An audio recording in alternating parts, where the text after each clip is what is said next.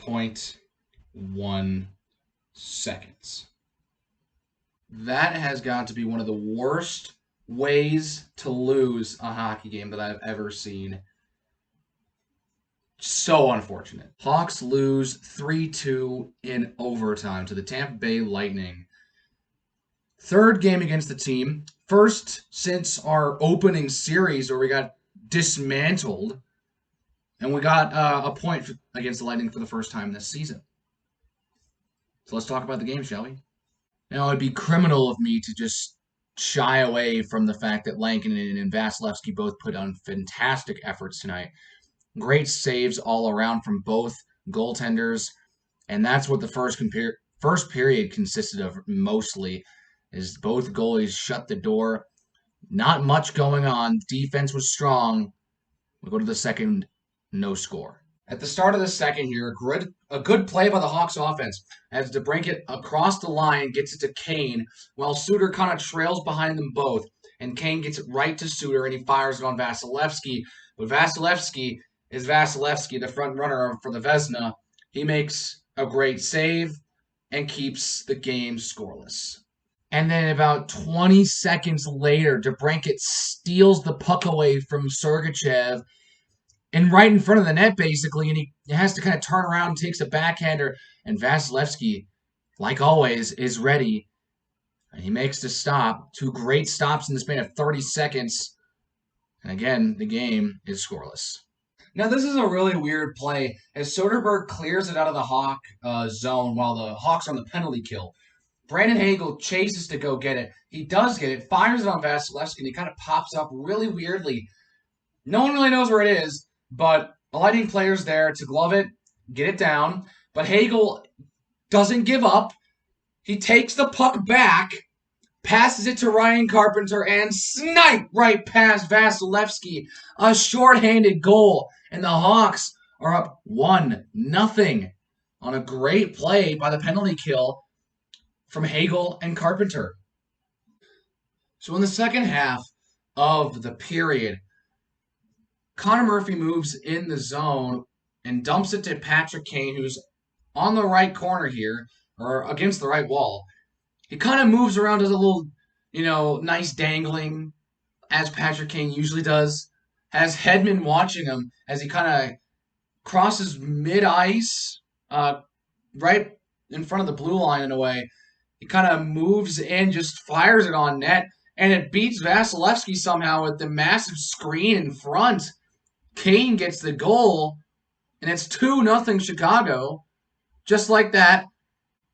Actually, DeBrincat got the tip in there. After looking at it slower, it turns out that DeBrincat somehow through his legs, it touched his stick. I'm not sure, but DeBrincat gets credit for the goal. It's 2-0 still as we go to intermission and to the third period. Hawks go on the power play basically right as the third period starts. And about a minute in, Alex Killorn going back to go get the puck behind Lankinen, kind of dishes it back, and Jan Ruda's right there, slaps it, and it beats Kevin Lankinen. The Lightning rebound with a shorthanded goal of their own. Credit for the goal goes to Anthony Cirelli as he tipped it. Tipped the shot from Ruda, and it beat Lankinen because it was tipped there. And now the Lightning have cut the lead in half. And then 2 minutes later, Steven Stamkos wins a face-off draw, takes the puck basically off the face-off, makes a nice move around a Hawks defender, and fires it on Lankinen, and it beats him. A beautiful goal from Steven Stamkos. I cannot deny how great that move was and how great that shot was. He's tied the game at 2. And that's just unfortunate. The Hawks just defensively collapse here in about a 2-minute span, 3-minute span. And all of a sudden the game is tied. You cannot do that against a team like Tampa Bay Lightning and expect to win. Just under 5.5 minutes to go. Lucas Walmart makes a nice play at the Lightning blue line to get a nice pass out to Matthew Highmore.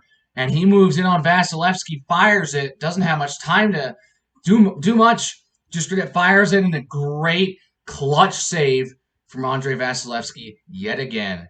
And that'd be the last thing before this game heads to overtime. And within the first minute of overtime, Alex DeBrincat gets a nice throw on front. And guess who's right in front of the net? Duncan Keith. A very weird positioning is Duncan Keith, the man who's in front of the net. He gets 1 and 2 chances on Vasilevsky. Vasilevsky, as Vasilevsky usually does, shuts the door. And then inside 15 seconds, Blake Coleman's moving in, gets a nice chance on Lankin, and it goes up. Adam Boqvist has to knock it down with his hand there, as it looked like it could have maybe beat Lankin, depending on whether or not if it actually finished its descent. But no, Boqvist knocks it away. Lightning get it back. Killorn gets it to Hedman. Hedman circles around for a bit, has to fire it on last second. We all know what happens. It somehow beats Lankin through the 5-hole, it looks like, and into the back of the net with 0.1 seconds to go in overtime. And Alex Killorn gets credit for this goal as he tipped it right in front. Regardless, the Lightning walk out of here with a big win after being down 2-0 going into the third. A really rough way for the Hawks to lose this one. They have 2 more against the Lightning at home. I'll be happy if they win 1 game because the Lightning are so much above us. They're the reigning Stanley Cup champs. They're favorites to win it again. They've been running away with the division this year, although it looks like some other teams might be getting into the conversation, but it looks like Tampa will finish out on top. So I think that if we are able to get one of these next 2, I'll be fine because we ended up getting a point in this one as well. If we're able to salvage 3 out of 6 possible points, it's pretty good for the Hawks here. And that's really all. So that's it for this one. Make sure you like if you liked it. Hit that subscribe button if you really liked it. And I will see you next time.